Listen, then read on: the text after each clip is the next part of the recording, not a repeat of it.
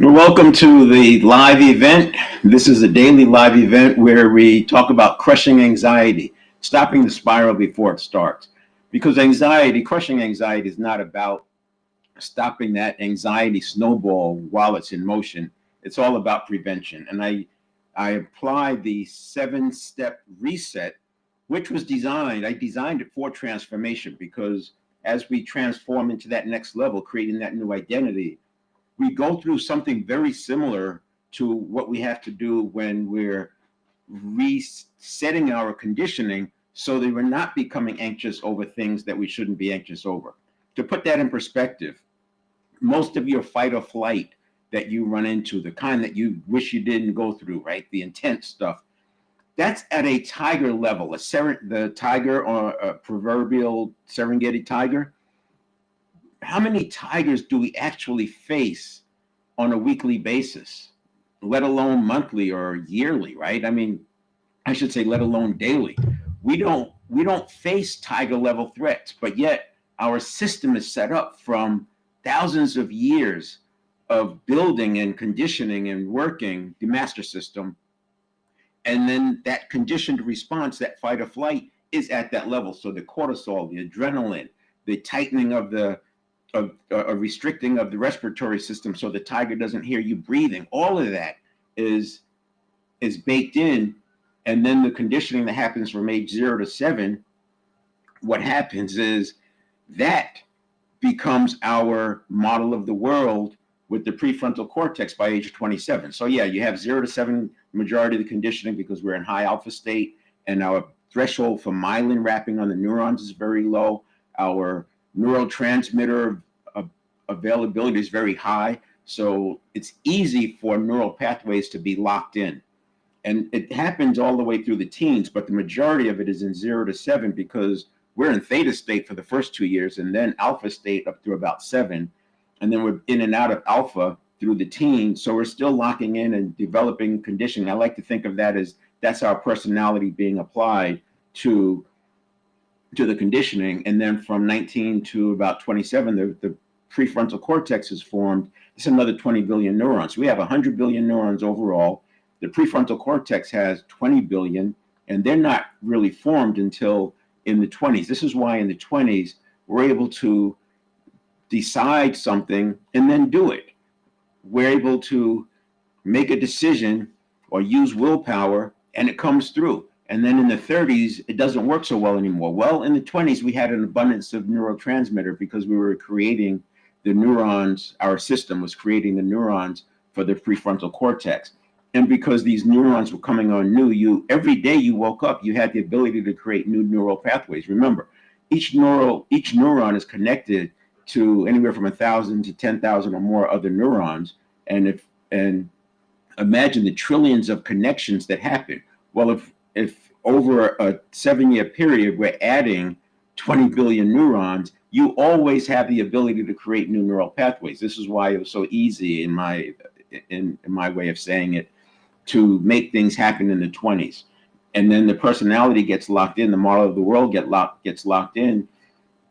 And way back, I guess people weren't even living much past 35. So it made sense, right? That at 35, you're fine because the hunting and gathering techniques at age 7 were probably the same as at age 35. So it makes sense that we're locked in by habit. It makes sense that 95% of everything we do is done by habit. And then you probably in your 30s, you probably went through pushing on that to create different habits and felt like nothing worked. It's just impossible to create new habits. And then we resign ourselves to the 95% of everything we do is done by habit. That just gets locked in over time. And then you find yourself at 50 years old and you really can't do much of anything other than follow your habits. And when it comes to creating something new, it seems very difficult to do. And that's why I talk about the 7-step reset, because we're going to reset your conditioning, literally reset the conditioning so that it's designed for your quest. It's designed for the next 40 or 50 years, depending on how long you plan. You want to have a plan. You can have a life designed to age 100, and you can set your conditioning to match that, to be aligned with that. So that's sort of a quick overview of how the transformation comes together with the 7-step reset. And then what I'm going to do is walk you through that 7-step process. I'll set it up a little bit more before we do that. So first of all, this is not mental health. I want to make sure we're clear on that, because I am talking about anxiety, and this is not the kind of anxiety associated with mental health. That said, when you are really stressed out and a person is being triggered, it could look like very similar to one of those episodes, but it's not mental health. Think of it like high performance and mental toughness in sports, but we're doing it for life. So the same things that apply in mental toughness for sports, that applies to our life. And we kind of know that instinctively, but we don't apply it. If you listen to people talk about how they're going to accomplish something, very, very few, maybe not even 1 in 100, talk about it from the perspective of the network of neurons. Now, you'll hear me say network of neurons. This is the same thing that was called the subconscious in the New Thought era from about 1850 to 1940 or so. And the New Thought era was set because you had the philosophers learning from each other, William James and Ralph Waldo Emerson, and people like and those learning from each other. And then you had the advent of the printing press. So those two things together just exploded the knowledge. And this thing I call the network of neurons, that was always called the subconscious. In fact, back then it was called the subconscious mind. I say back then, I think as recently as 2010, you still saw textbooks being published with it as a conscious mind. Probably still, in order to get published, it seems like you have to call it a subconscious mind, because I've spoken to neuroscientists and I said, why do we continue to call it a subconscious mind when we know it's a network of neurons? And their expression says it all. You can tell it's too big of a hill to even think about climbing, let alone dying on. So that is why you will continue to hear it as a mind, and that's problematic, because if it is thought of as a mind, that means it's the same as you, and there's no distinction between you and your habits. Now, you've heard people say you are not your behaviors, but your behaviors are based on your habits, and since 95% of everything we do is done by habit, those behaviors actually show up as your personality. So when people are interacting with you, they're interacting not with you, they're interacting with your personality, which is the compilation of your habits. And we can reset that, we can change that. And even if you've been spending, even if you've spent the last 3 decades accepting the fact that you can't change, that you've tried everything, we can do it. I'm sure you may have read the book Atomic Habits. You probably heard it takes 7 days to create a new habit. It takes 21 days to create a new habit. I've seen 67 days to create a new habit. And I can map all of this back to the nervous system, the central, the network of neurons. As a matter of fact, what I'll start doing is, because I do have a Q&A at the end where I'm inviting people to come on, and when you come on, we can do like group coaching. And let's do this here.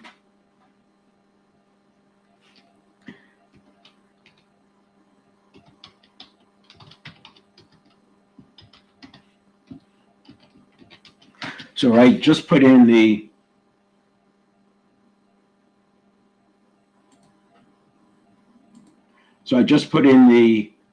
website where you can go for more information. You can watch some of the older live events. The one from October 31st, I have lower on the screen, and it says, if you're new here, watch this one. It's a good comprehensive view of the 7 steps, because what I'll do today is focus more on steps 1 and 2, which is the pre, and then tomorrow I'll do the middle, and then the day after that I'll do the 3rd step, the phase, which is the post response side. So you have pre-stimulus, the stimulus reaction, and then the response. And those 3 are steps 1 and 2 are in the pre, step 3 is in the stimulus reaction, and steps 4, 5, 6, 7 would be in the response. And I'll spend that video on 7stepreset.com/live goes through all of them, and I'll touch on them today, but I want to get deeper into the pre, mid, and then post. And eventually I'll go deeper on steps as more and more people come online. And this way we can make progress. But again, since I have the Q&A at the end, it's going to take a while for this to get traction. I just started this last week going live, so it'll take a while for it to get traction, and then a little while longer for people to actually want to come on and share information. And you could do it through chat, or you can do it by coming online. So here's another link where you can just use this link, and I'll invite you on stage. But I will not bring you on stage until I am done with the download portion, because there's going to be so many questions as we go through it, but those questions get answered. And especially when you're talking about all 7 steps, it depends on where your weak link is. So I like to focus on the weak link, and that's what we'll do. But that said, in the interim, I will be going through an infographic. So I started collecting infographics a few months ago for a project, and quickly got up to like 500 infographics. And because I was collecting them, the algorithms now flood me with infographics. And I'm still not seeing repeats. I am starting to see where the information is like rejuggled, but I'm not seeing real repeats of the exact infographics. So I'm still collecting them at 500. So what I've done so far is I have a video, and I'll put that on 7stepreset.com eventually as well. But it's a video. So I've taken each infographic and made it into a slide, if you will, or a frame. And then I'm running a video of those. So you could stop it anywhere and you could watch and you could see the infographic. And what I'll do today is I'll take 2 of them. One of them is Jeff Bezos's meeting rules, and I'll apply it to the 7-step reset so that you can start seeing through the lens of the network of neurons. And then the second one I'll do, and I'll probably do more of the emotional intelligence ones, but the second one is emotional intelligence. And again, it's to focus on step 2, because step 2 is our biggest prevention option on a daily basis. Step 1 is by far the most important one. But in the short term, for the day, step 2. And a way to think about it is that we should always be working on ourselves, right? Personal development, what have you. The same way you are always working on nutrition, perhaps if you're into fitness, or you're always working on muscles if you're into fitness at the gym, etc. And then if you are preparing for an event, then you would do something different. So step 1 is like every day going to the gym, every day eating right. Step 2 is preparing for that next thing that's coming. So if I have a presentation to do, if I'm going to be talking live in front of an audience, I will go through some different rituals for that step 2. I'll protect myself from information. I don't have to do that anymore because I've used the 7-step reset, so you don't really get impacted by external things. But that was a big thing for me. I would avoid people. I would go out on a walk. I would just review the material. I always planned that I would like take real good care of those 3 hours before going on stage, because I didn't want to get triggered into some kind of a state that I didn't want to be in. Now, anxiety is not only manageable, you don't have to tolerate it at all. I will tell you, I don't experience anxiety, and there's a few reasons for that. It's not because I'm Superman or anything. It's because it is a process. It is a habit. And once you understand that, the same way a person who gets a phobia resolved, that's how I started on this thing, just resolving people's phobias. And the more I did that, the more I learned, and the more I tried. And then I came up with the 7 performance series, because you start seeing this blend of the being triggered and a phobia. If you look at a phobia and you look at somebody being triggered, just read what it is about a phobia, and then think about the videos you've seen of people being triggered. You'll see they're the same thing. And that's what got me started. So I worked on the 7 performance series: mental, physical, spiritual, emotional, relationship, professional, and financial of the 7 performance series. And we do laps around the first 4: mental, physical, spiritual, emotional, because those are the ones that we control. And then we take that new identity to go after and to achieve our goals in the relationship, professional, and financial.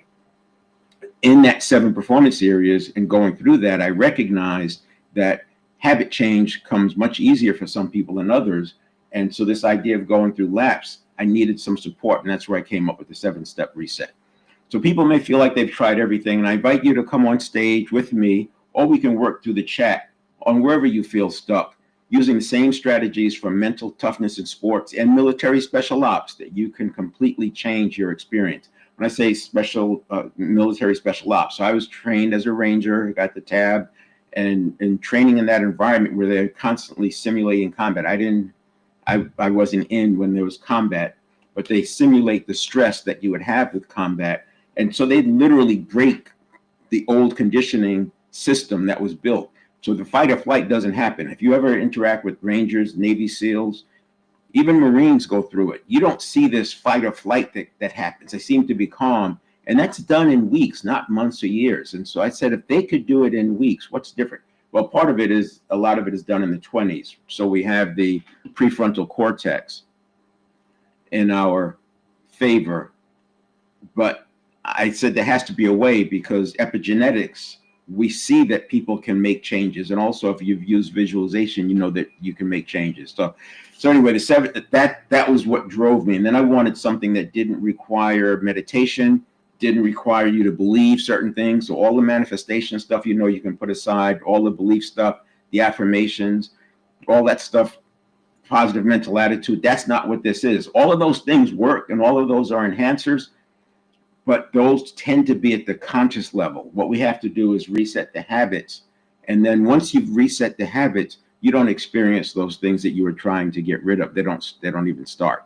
So it is aligned with neuroscience. And I did go through the Neuro Change Practitioner certification and had the opportunity to learn directly from neuroscientists. They were the instructors, the people in the labs, people doing this work for 20 years, and they would share what they knew. And there's one of the things I took away was there's a large amount of information that we don't hear about, because they're going after peer reviews. They're peer-reviewed research results. They want to be cited, and they want it to be peer-reviewed, and it takes time. First of all, you have to do the research in such a way that it's narrow, and then they have to get peer reviews on it, because other scientists have to be able to get the same results. So when you look at all of that, you recognize, wow, there's a lot of information that's out there about neuroscientists that we don't really hear about, because they're not in the space of promoting everything that they know. They are in the lab doing the research. That was a big takeaway. That wasn't said to me directly,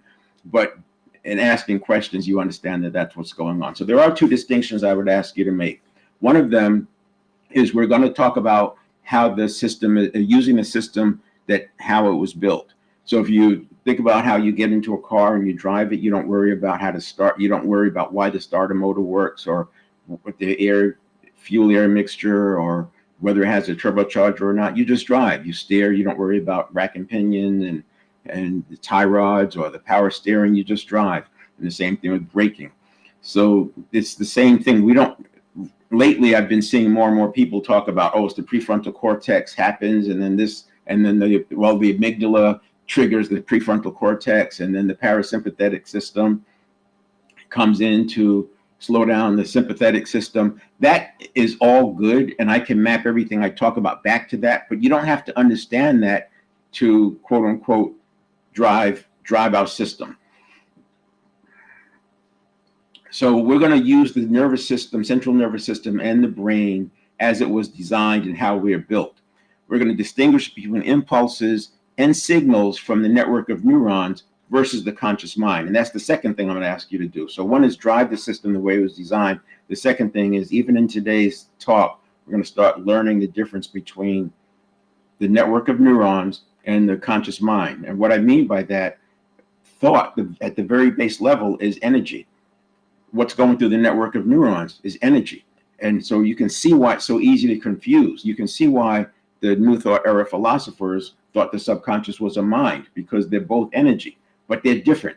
And we'll talk about how you can tell the difference. But even today, I want you to start paying attention to when it's coming from your network of neurons and when it's coming from thought. And you'll find that even things I say today may trigger these quick associations. They'll come in before you've even had a chance to think about it.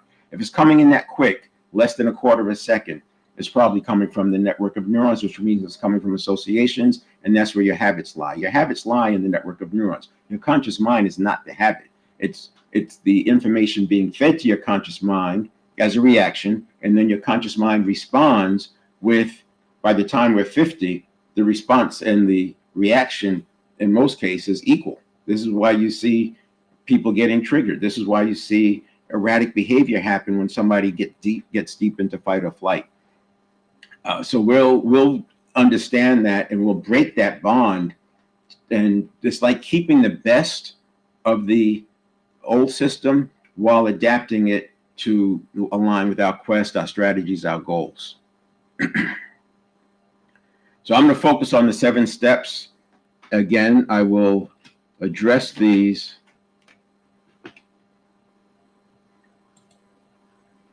in detail. And I want to first look at the pre, the post, or the pre, the during, and then the post.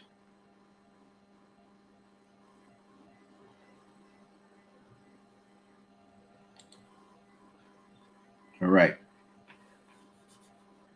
So what I just now said, let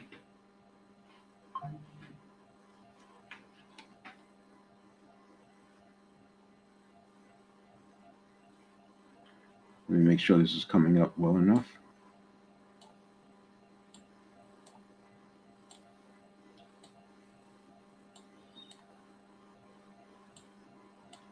There we go.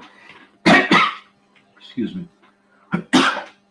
So we have pre-stimulus.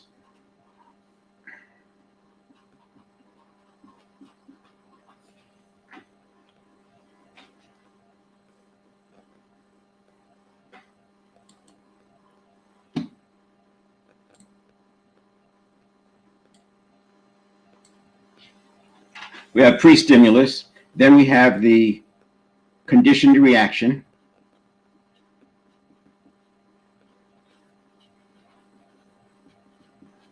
And then we have the response.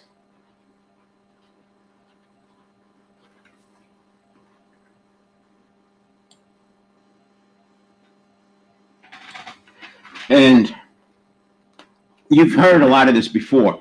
The reason why it's important, in my opinion, to make the distinctions and separate it out is because there's so much information about changing habits. Some of it is top tier, some of it is mid tier, some of it is low tier. When I say that, some of it works, it's principles, it's at the principle level. And then some of it is, near principle, and some of it is just hit or miss. And there's not something that comes, there's no disclaimer that comes with, oh yeah, but this never works, or this only works if you're X, Y, and Z. This is why, for example, hacks. People there's so many hacks, right? If all the hacks worked, we wouldn't need any hacks anymore. But they don't, they work for a moment, but not long term, because this thing called homeostasis, the system's always wanting to get back to status quo. And when you introduce a hack, you change that, and then the homeostasis goes to work to bring it back. So remember, if you have 100 billion neurons and each are connected to 1,000 and 10,000 other neurons, that's a lot of connections. That's trillions of interconnectedness and the neurons that wire together fire together. So this hack will come in and disrupt that set of associations. But before it can take hold, a new neural pathways are activated to bring us back to status quo. Now, you could take that hack and turn it into habits, but I would say that, and that's sort of what I'm doing with the 7-step reset, but I would say, let's do that based on the principles, not just hit or miss stuff. So that's how I would look at that. Okay. So in pre-stimulus, we have steps 1 and 2. In the conditioned response, we have step 3. And in the response, we have 4, 5, 6, and 7. I'll go through these verbally, but then I'm going to spend more time in the pre-stimulus. So in the pre-stimulus, because this is prevention. So obviously pre-stimulus, this is where the prevention applies. The conditioned reaction is so fast that it's very difficult to make changes inside here, but we'll tackle that. and give you tools, and they become easier as you do more prevention. And then the response is the response, and we'll make that based on your conscious mind, your conscious decision, your design strategy, life design. So in the pre-stimulus, you have beliefs, you have neuroplasticity. Think of that as command over habits, formation, replacement, dissolution. We have priming, we have mindset, and we have physiology. All of these are important, and you can work on these every day. You can work on your posture. I'm going to give you an example. I see this every once in a while, and I remember being an officer in the Army, and when I came out, so as an officer, I don't even know if they still have it, but we used to have a blue tag on our license, on our bumper, and the enlisted had a red tag. So it was like a number, it was like a license plate. It was like a military license plate for that post. And you could pull up into a store, into a parking lot. And because I had a blue tag, people instantly would interact with me differently. As soon as I pulled up, I could pull into a parking spot where people are hanging out and just whatever in front of a store. And then I show up and they tighten up. It's that was an association. Those were habits. And then when I got out, it was instantly recognizable that wasn't happening. It was like, whoa. And then you understand why so many people, relatively speaking, who come out of the Army after 22 years, there was such a high suicide rate for these guys because they come out being super relevant. Imagine being a first sergeant or a general, and then you come out and people treat you like, oh, you're just ordinary. It's a struggle, and people have to go through that. So anyway, that is the reason I bring that up, is because every so often I will see somebody walk near me and they'll like cower, they'll drop their head. If you just sit and watch people, especially if you go to an office building where there's a lot of people wearing suit and tie going in and out, and you watch how other people interact with them as they're going in and out of doors, how much deference they'll give to a person who has on a suit and tie versus other people. And then you'll see people do that stoop thing even into their 50s and 60s. I mean, they're doing it. It's totally subconscious. It's totally habits, because they don't believe that they're not worthy, but it's like triggered in. Well, that's their physiology. And guess what? Why are neurons that wire together fire together? So you have this kind of physiology wrapping in. So it's no wonder people are walking around with imposter syndrome or feeling like they're not good enough, because their physiology, a part of the day, is that they're not good enough. And then you have beliefs. This is another big one. We've got to get the beliefs aligned. And beliefs are hard to change because without the tools, I'll give you the tools, but they're hard to change because your belief, you're trying to change the belief with the system that believes that thing is such. So you have to be able to break that pattern and have some separation. This is why when somebody's about to have their belief changed because it's challenged, they often act out. They're acting out because they're going into a mini fight or flight. But if you hang in there, let them go through that. Don't argue. Just let them walk away and go through it. The next day, you'll see that they're different. They actually have adjusted the belief. But the process of adjusting the belief is very, very hard. It's almost like going through withdrawal. The habit is just acting out.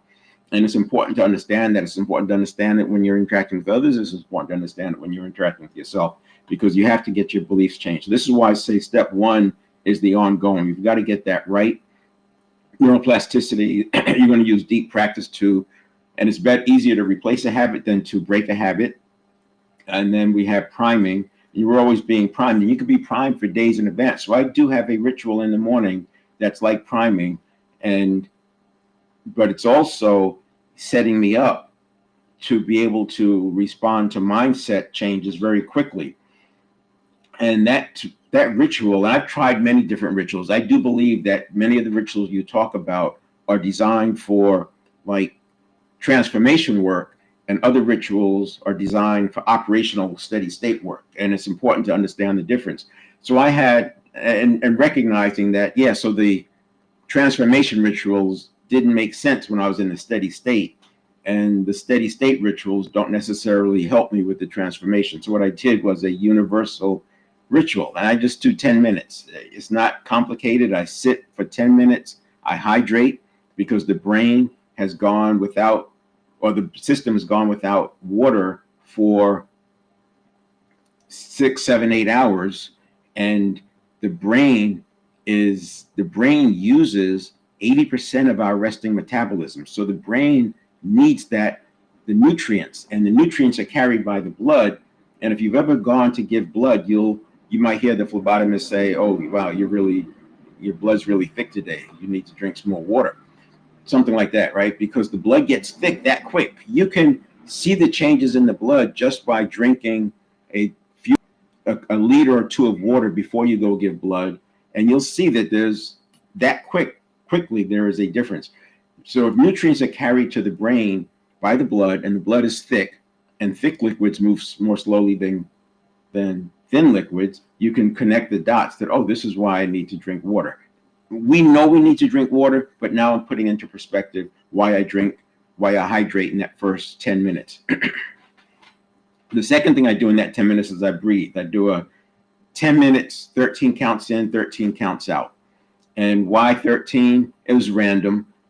I also will sometimes do 20 counts in, and I use a watch. So on the watch, it has a meditate app, and it just counts for me. It buzzes for me, so I don't have to pay attention to that.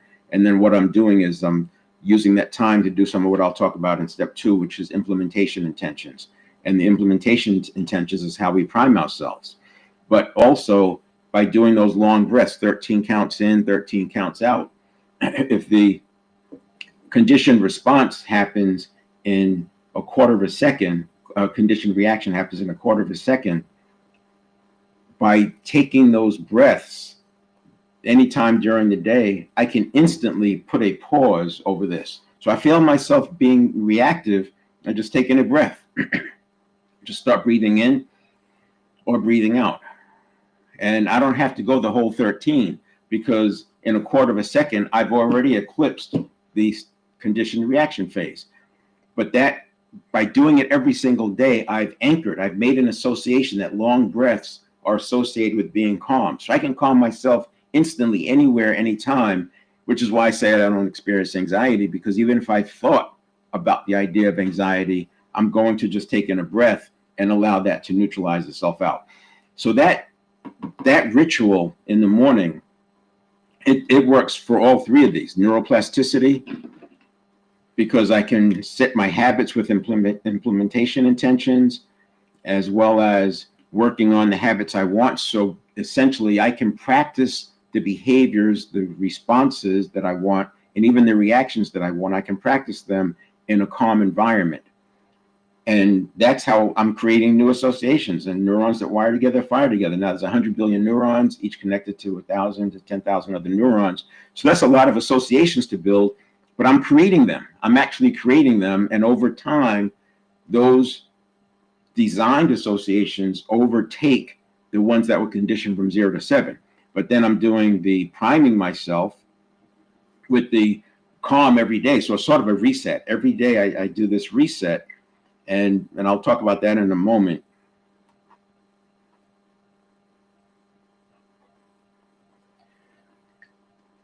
That reset allows me to enter the day without the baggage from yesterday. Sometimes you'll be stressed out, maybe had an argument, maybe something happened bad at work, and you're still stressed the next day. That should have been resolved, because that's done in the response. We don't want to go to bed with that. But as you're working through it, we're in transition. As you're working through it, we need to resolve that.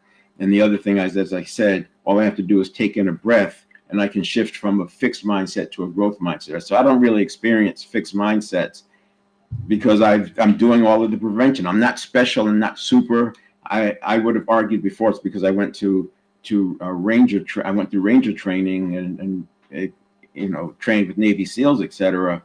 But now I would say that it's a conscious choice, and you can learn that same choice. And then the next step 2, and then physiology, I already talked about that a little bit, but here's another simple thing. So I go live every day, and I don't always want to. And sometimes, I'll look at an email, or there's something that I need to deal with, and it could be a little bit of preoccupation. I've got to work on that, but I'm not going to work on it before I go live. and I have to reset. I've got to get out of that other state into the right state. So I do a yes. And that has been anchored. I started anchoring that in years ago, just by doing that. Yes. And it's that movement is now, I anchored it to a heightened state. And the way I did that was I got myself into a heightened state artificially, and then I would run that anchor. And then to reinforce it, when I get into a heightened state, like after I'm excited, after I get off doing a really good live, whatever, or a live presentation, you get that standing ovation, you do that yes, I did, and that move anchors this state. So no matter how I feel, if I do that move, I'm leveled up.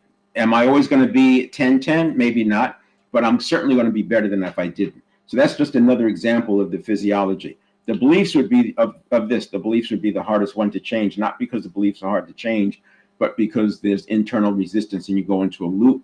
Once we break that loop, and it's very easy to do if you're working with somebody, it's harder if you're by yourself, but we can break that loop. And one of these lives, I'll focus on that one. We'll just do that one because it's so important. And if you have imposter syndrome or think you're not good enough, then, and that may come up if somebody wants to come on and let's go live, we'll do that.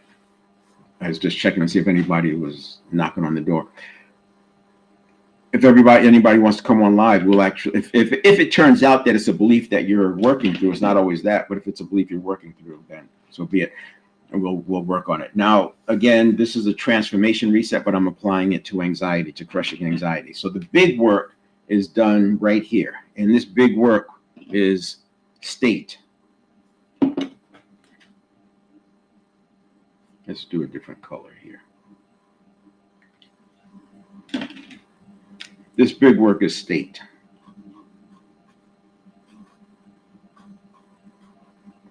We have our mental state of being, our physical state of being, our spiritual state of being, and our emotional state of being. And these three are the first four of the performance areas.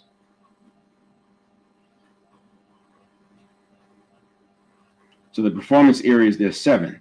After that, you have relationship, professional, and financial. But if we don't have this straight and we're going after relationship, professional, financial, you can see why things happen. I like to say trust is built on the escalator going up, and it can be lost like jumping out a window going down. And then we have the self-image.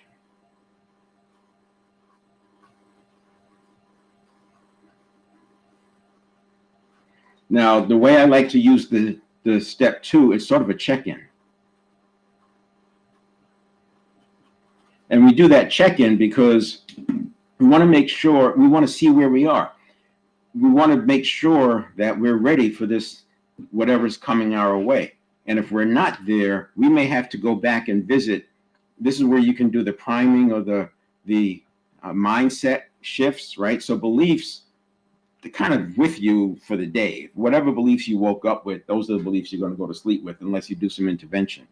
The physiology you could change, the mindset you could change, the priming you could change, and the neuroplasticity you could change. And you can do that with whatever ritual you use. Some people like to go run, nothing against that. Breathing. I would say that breathing at some level needs to be part of it. I mean, every major change agent is talking about breathing. Tai Chi, Kung Fu, Aikido, all of that focuses on breathing. When I first got introduced to Aikido, it was these long 1-minute breath cycles. You know, you're breathing in for like 20 seconds, holding for 10, and then breathing out for 40 seconds, right? And it's this long and doing it, and it was so hard, and you were in this hard position, but breathing is how you get through it. So I wanted to mention this 33,000 because this is why prevention is so important. We have 33,000 decisions per day. And it's even more because, well, not more decisions, but more stimulus response cycles or stimulus reaction cycles, because there are multiple stimulus reaction cycles per second. Now, there's 65,000 seconds that we're awake, roughly. That means we're making a new decision every other second. And when you think about that, you recognize, well, these must be stimulus response cycles because 95% of everything we do is done by habit. Because I certainly don't remember making 33,000 decisions yesterday, but you've looked at ads, you've seen headlines. Some of those headlines you've chosen to do something about, some of those headlines you've ignored. All of those are in that stimulus response cycle. You've reacted to something, you decided you want to go after something, decided you're not going to go after something. You heard something and you think about this, you think about something else, whatever, right? Those are all in that 100,000 or so micro stimulus reaction cycles, and certainly in the 33,000 or so decisions per day. And the way I look at this is you are here, we're in pre-conditioned response, and then we do it again. Pre-conditioned response, we do it again. And we do this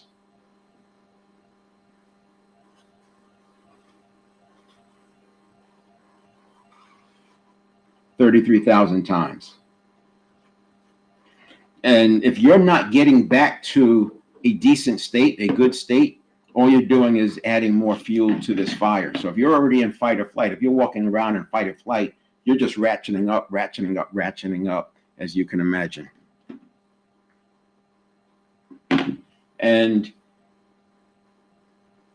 you can't fix this while you're in the conditioned reaction. This is something that you get back to. So I'll now go into the other steps. So we have conditioned reaction. I have that here. So it's one step and it's one thing.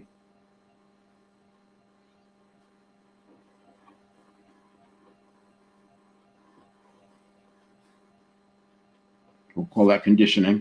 And then we have your response.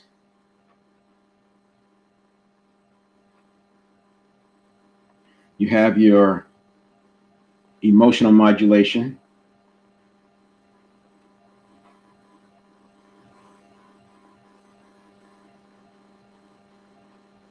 You have your action. And you have your present moment.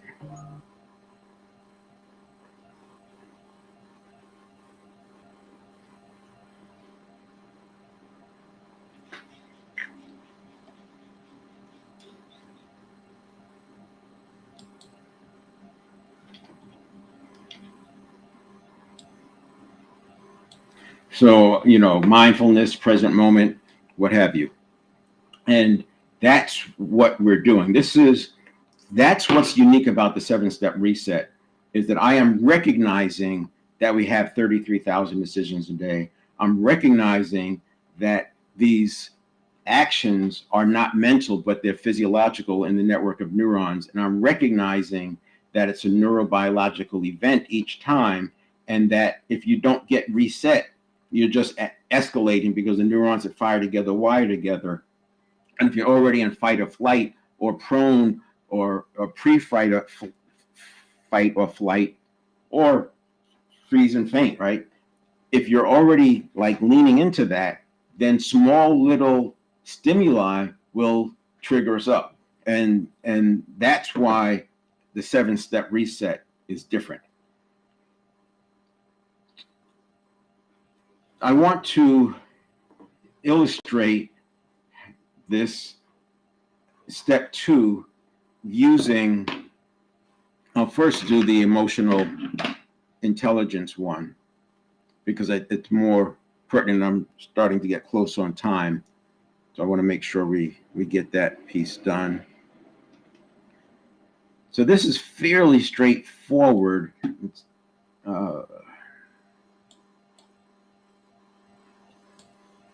And then, of course, if somebody wants to come online, you just use that link that's in the chat.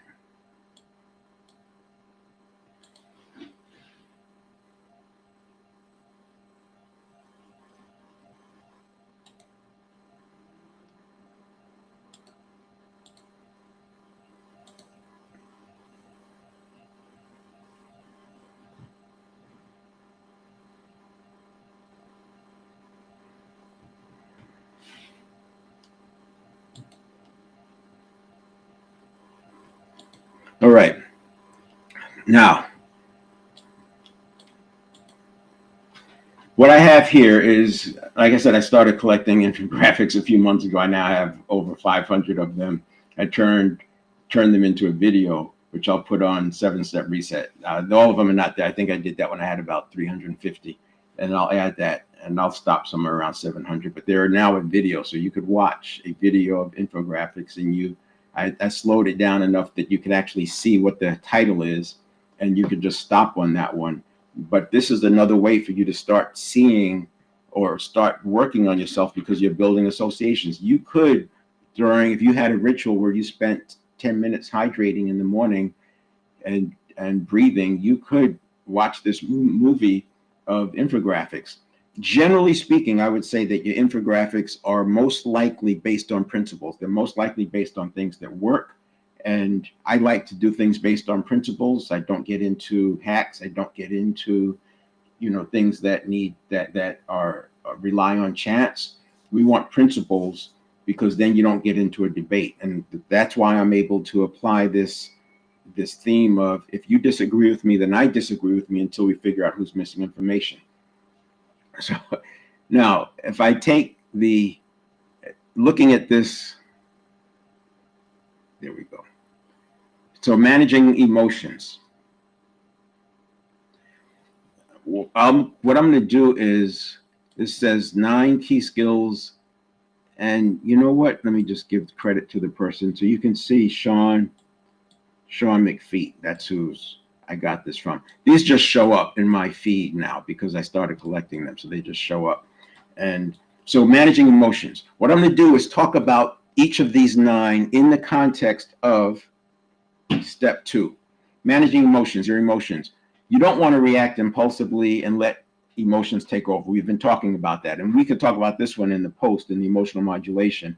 But when things slip by here, when all of this stuff doesn't work, which is going to be a very small percentage of the time, we use emotional modulation so that thing doesn't happen. But recognize emotional triggers and respond with self-control. So what I would say is, start recognizing take whatever situations you get into and you don't like, and go all the way back, accept the fact that they're associations, and go all the way back to before you had it, and start looking to identify what took place before you had that event.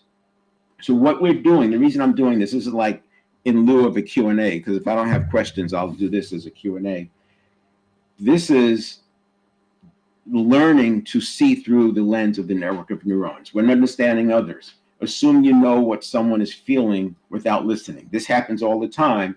And while you may agree with that, when you watch people in practice, you'll see this thing called telling tension pop up sometimes. Maybe you experience it yourself. Someone's talking to you and you get telling tension. Sometimes if you watch people speaking, like in a group, you'll see podcasters, the really good ones have learned not to give into this. They stay very neutral. But you'll see they want to say something. They want to speak because they've already assumed that they know what a person is going to say. So pay attention to verbal and nonverbal cues to gauge emotions, not only others, but also your own. When you feel yourself doing that, that's a check.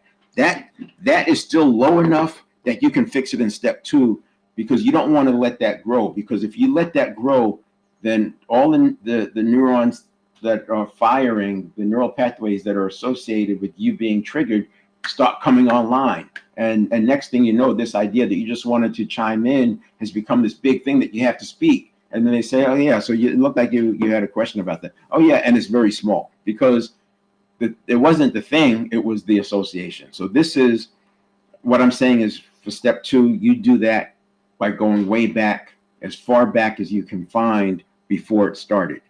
Then the next thing we want to do, the next one on here, number 4, is when giving feedback. So deliver feedback bluntly without considering the other. You don't want to do that. One of the things I highly recommend for all leaders to do is to have a one-on-one early on. It's part of your onboarding. Now, I've seen some companies that onboarding has been given over to HR, and HR is focused on avoiding lawsuits. I'm simplifying it and generalizing, but HR fills up the onboarding with all of the rules. It's like if you took a quarterback from another team and put them onto a new football team, they would have to go through the HR kind of onboarding, but then they would have to go through the coaches onboarding. There's separate ones, and the HR onboarding is when the gym's available, when this is available, when you get your paycheck, how you deal with this, what happens if, where's your health insurance, all that. And then the coaches onboarding is these are the plays, this is the playbook, here's what we're going to do, here's what the role I want you to play, and here's what I want you to observe in these first 3 games when you're on the bench. You can see the difference. So I always tell leaders to have a one-on-one early on as part of your leadership onboarding. And what you do in that onboarding is it's all about listening. You want to ask the person questions that help them stay in the, you want to ask questions that help people stay in the, hold on a second, did I? Yeah.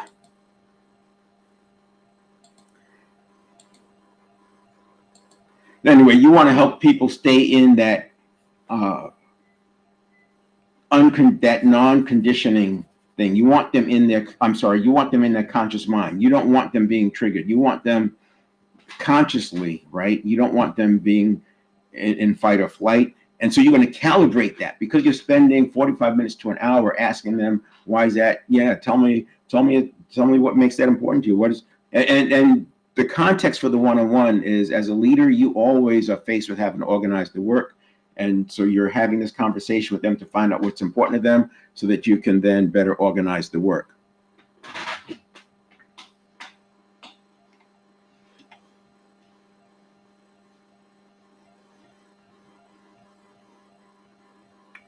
And then we have, so balance honesty with empathy to make it constructive. And this is if now that you have that calibration, you can see when they start getting triggered. You can see when they start leaning into fight or flight, and you can back off. You don't want to plow through that, because once you plow through it, remember that fight or flight just grows. That fight or flight is coming out of a place of survival. They're having a conditioned reaction that's at some level linked to their survival. And you don't want to get into an existential crisis over something small like feedback. And there are times as a leader where you'll just say, you know what, we'll take that offline. Why don't we meet today later on at 3 o'clock? We'll meet at 3 o'clock, and you can bring me some of the information that pertains to this, and we'll map through it.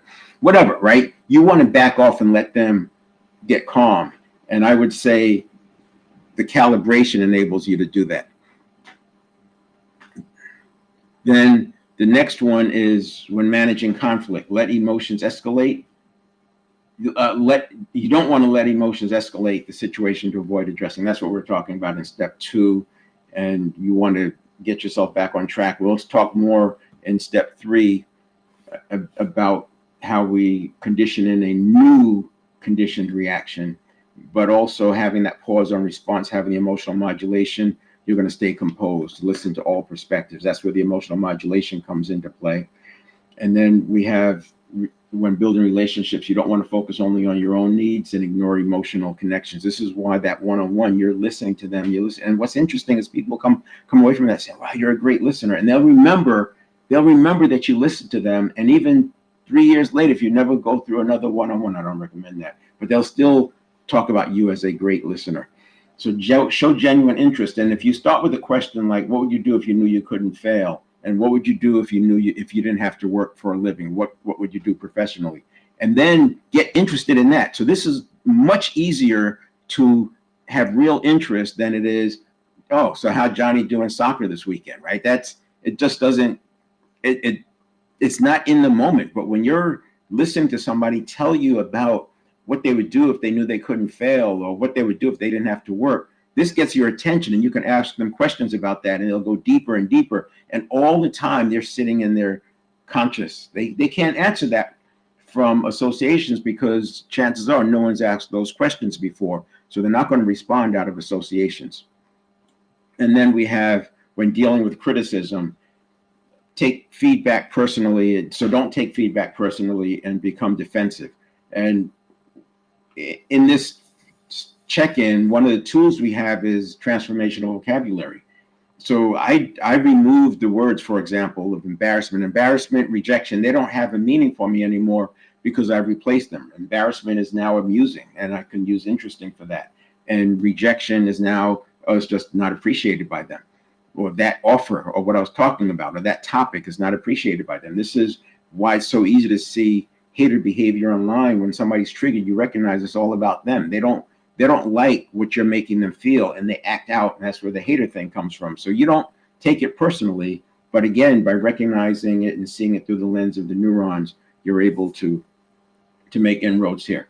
And so you view criticism as a learning opportunity and respond constructively. And this is more important than people, I think, believe, because this one right here, we are living in a fight or flight world now. We are living in a trial and error world right now. And if you are approaching life with fight or flight, it's very difficult to do trial and error. We don't have the luxury of figuring things out and testing and testing. You've got to test. We're testing, but we're not testing the end design, the fully 3-year design, right? We're testing iterations. We're just throwing spaghetti on the wall and seeing what sticks, taking notes and getting better at the kind of spaghetti that we throw. So you have to get past this idea of criticism as just feedback, and feedback is a gift.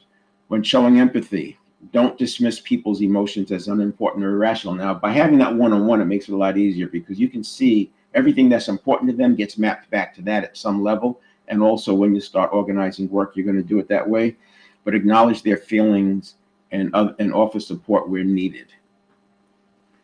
And again, when you are working through this process and you've checked in on yourself, you're not triggered. And the less you're triggered, when I say triggered, you're not in fight or flight. You're not acting out of the subconscious or the network of neurons. You're acting out of a conscious mind. Then it's easier to acknowledge their feelings and offer support where needed, because you're not going into telling tension. Telling tension keeps people from doing this. The other thing is it could be a belief, right? The belief, I had a belief that says telling ain't selling, asking is.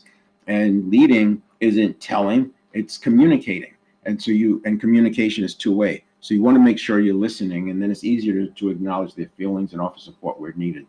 And then when facing challenges, don't let setbacks define you and dwell on negativity. That gets into this step 2. That's why I wanted to go through this one, because it ties into step 2. We're going to keep checking in on ourselves. And I could argue that you probably should check in on yourselves thousands of times a day, because we're having a stimulus response cycle every other second. And what I do is box breathing. I'll just go through a quick box breathing session, 4 counts in, hold for 4 counts, 4 counts, exhale, and hold that for 4 counts. And that's a minute. So I've already dealt with 100 stimulus response cycles just in that minute. And not 100, but 30 of them anyway, right? But if you do the micro, we're probably at 100. And then adapt, learn, and find solutions instead of staying stuck. So this is all about the 7th step. This is the 7th step. And checking in at step 2 makes it possible to have a handle on step 3. And that makes step 4, 5, 6, and 7 easier. I will leave it there. I want to acknowledge that I did say I was going to go through this, but you can see we're already over an hour, and I want these to be much shorter. And especially since we want to be able to have people come in offline. So now what we're going to do is, let's get back to